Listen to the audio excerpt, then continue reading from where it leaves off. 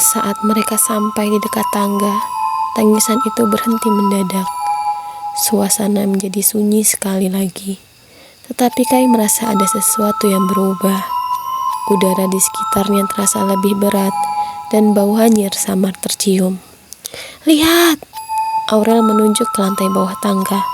Di sana ada jejak kaki kecil terlihat jelas di lantai berdebu.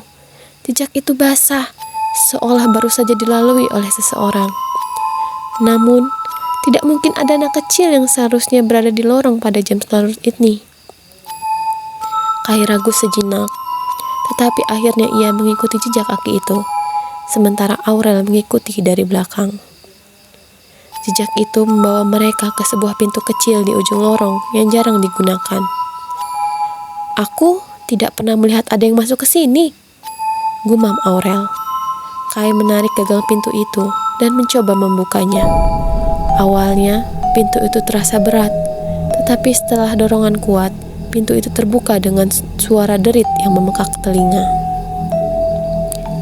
Di balik pintu itu, mereka menemukan sebuah ruangan kecil yang penuh dengan barang-barang lama. Ada mainan-mainan yang sudah rusak, pakaian anak-anak yang tampak kotor, dan beberapa buku yang tertutup debu tebal. Namun yang menarik perhatian mereka adalah sebuah boneka tua yang tergeletak di tengah ruangan. Boneka itu tampak berbeda dari yang lainnya. Ini milik Dina," kata Aurel sambil memungut boneka itu. "Bagaimana kamu tahu?" tanya Kai menatap boneka itu dengan ngeri. Aurel membuka salah satu halaman di jurnalnya. "Boneka ini adalah teman terbaikku. Aku memberinya nama Lucy. Apa kamu merasa sesuatu di ruangan ini?" tanya Kai tiba-tiba. Aurel menoleh, merasakan hawa dingin yang tiba-tiba melingkupi mereka. Lampu redup di ruangan itu mulai berkedip, dan suara bisikan pelan terdengar dari sudut-sudut ruangan. "Dina, apa itu kamu?" Aurel mencoba berbicara dengan suara yang tegas, meskipun tangan yang gemetar. Suara bisikan itu semakin keras, berubah menjadi tangisan yang memilukan. Kai merasakan dadanya sesak, seolah tangisan itu bukan hanya suara, tetapi juga perasaan yang menghantam langsung ke dalam dirinya. "Dia marah," kata Kai pelan. "Dia tidak ingin kita di sini." Aurel menggenggam tangan Kai, mencoba menenangkan dirinya sendiri. "Kita harus bicara padanya. Dina, kalau kamu mendengar kami hanya ingin membantu. Kami ingin tahu apa yang terjadi padamu." Tangisan itu perlahan mereda, digantikan oleh suara langkah kaki kecil yang bergerak mendekat. Dari bayangan di sudut ruangan, sesosok anak kecil muncul.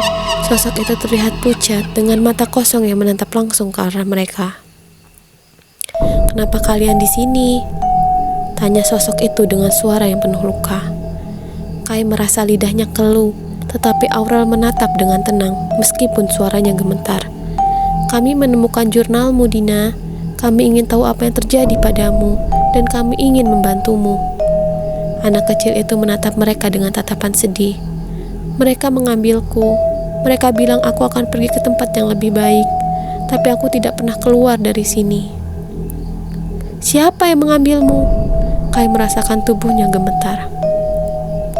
Sosok Dina tidak menjawab.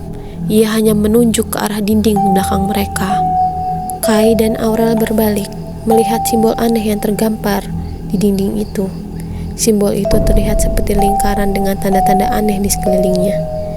"Ini bukan simbol biasa," bisik Aurel. "Ini baru permulaan," suara Dina dengan suara yang hampir tak terdengar. "Kalian harus pergi sebelum mereka menemukan kalian juga." Sosok Dina perlahan memudar, meninggalkan Kai dan Aurel sendirian di ruangan itu. Mereka saling menatap dengan wajah penuh ketakutan dan kebingungan.